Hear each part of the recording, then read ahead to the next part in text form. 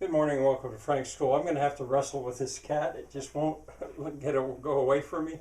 Uh, Sorry about that. Anyway, I'm back in my basement with my blackboard. And I want to explain some things. I've stopped numbering the videos otherwise. I'm just going to call them in the playlist. All these ones about the guided building of a faux cut. This is number 46. Many of the videos are very short, but I'm going to keep going until I've got one complete.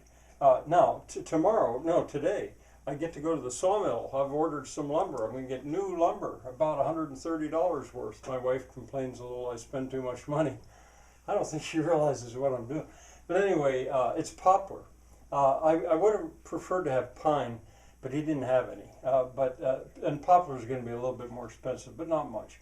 Though that will be enough to finish the second of the faux cuts, so I can have two of them side by side finished with that amount of lumber. It'll probably take me a month maybe to go through it at the rate that I'm going, and plus a little bit more. I can return to the one you see in the background sometimes that I about 3-4 years ago maybe I just ran out of time. Oh, and there was a hornet's nest up in there, and that summer I just decided I'll let it go.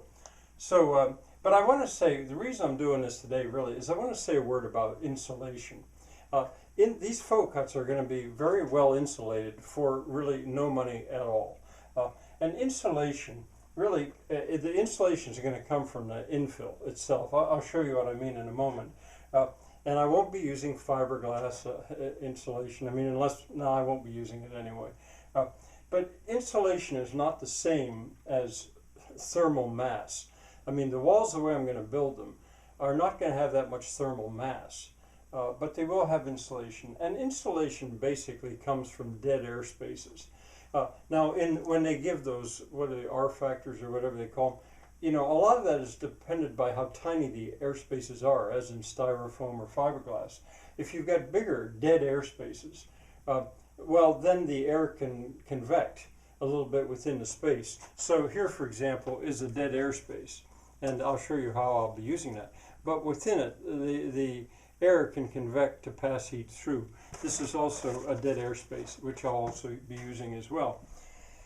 This as well, I'm going to be basically putting all kinds of cavities in these walls. At first, the faux cuts are surrounded with plastic film. That's really nothing but a windbreak, as I've called it before. But then, as I'm able to, I will then go on to infill. Now, I brought a pallet in here. This is a small one, and this is not the size that I will be using. I hope you can see this. I don't know, the cat's going to forget me.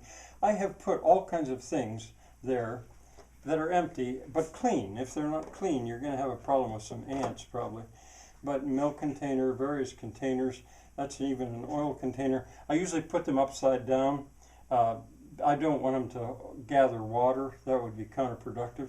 But all they are is dead air spaces. What was this? This was some kind of a cinnamon roll or something like that. And it's a little hard for me to keep them in there right now. But as I plaster them, just like you've no doubt seen lots of people decide they're going to use glass bottles and lay them up into walls, cob walls. Yeah, that's fine. But the thing is, glass can be recycled. This is a problem. So the faux cut actually absorbs waste that can't be recycled otherwise. That's the way I intend to do all the insulation throughout these buildings. So any given faux cut is going to absorb a tremendous amount of, say, these, or better yet, these empty water bottles. They don't have sugar, so ants aren't going to be drawn to them. And I've been saving them for years. So I wanted you, years, really in a month you get way more than you need. But once I actually start to build if I build the 45 that I've started, the whole village, it would just absorb a tremendous amount of that waste.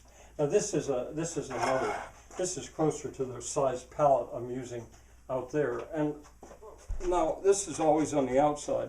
And the outside, you see, when it's plastered over, it's just going to be white. Now on the inside, I might end up having to do something, probably not, to keep stuff from falling out until the plaster gets there.